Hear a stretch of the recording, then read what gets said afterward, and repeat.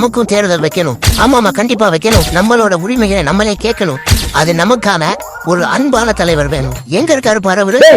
எதுக்காக என்ன இப்படி கட்டி வச்சிருக்கீங்க? எதுக்காக கட்டி வைக்க கூடாது? சொல்லுங்கடா சார், நீங்க எங்களுக்கான தலைவரா அரசியலுக்கு வரணும். அரசியலுக்கு நோ, அப்படி சொல்லாதீங்க. சொன்னா புரிஞ்சுக்கடா. நாங்க சொல்றதை நீங்க புரிஞ்சுக்கங்க. மக்களுக்காக ஒரு தேர்தல் வச்சு மக்களுக்காக மட்டும் தான் தலைவரை தேர்ந்தெடுக்கிறாங்க. எங்களுக்காகவும் தலைவர்கள் வேணும் சார். எங்களோட உரிமைகளை நிறைய மீட்டெடுக்க வேண்டியிருக்கு. எங்களுக்கு ஒரு பாதுகாப்பு வேணும் சார். அன்பு சார், இவனுக்கு பேச்ச கேட்காதீங்க. நீங்க அரசியலுக்கு வராதீங்க. இவர் யாருடா வர்றது? எக்ஸ்கியூஸ் மீ, நான் வேணா உங்களுக்கு அரசியலுக்கு தலைவரா வரட்டுமா? பாருங்க சார், கண்டவனும் எங்களுக்கு தலைவரா வரணும்டா. நீங்க வாங்க சார். நீங்க வந்தாதான் சார் எங்களுக்கு பிடிக்கும். A few moments later. என்ன வர எல்லாரும் இருந்தும் ஆளை காணோம். அவர் சொன்ன மாதிரி இருப்பாரு.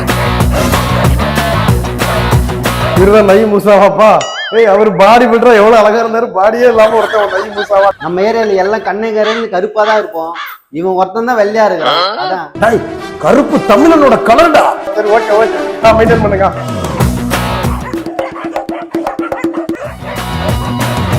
சுரவழி கிளம்பியதே,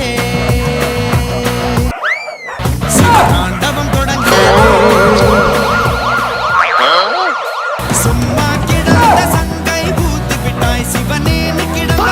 நம்ம பண்ண அரசியல் வீடியோவை எவ்வளவு சீக்கிரம் முடியுமோ அவ்வளவு சீக்கிரம் எடிட் பண்ணி அனுப்பிடுங்க. நம்ம சும்மா காமெடிக்கு தான் பண்ணணும்னு சொல்லிருங்க. அதை யாரும் சீரியஸா எடுத்துட போறாங்க.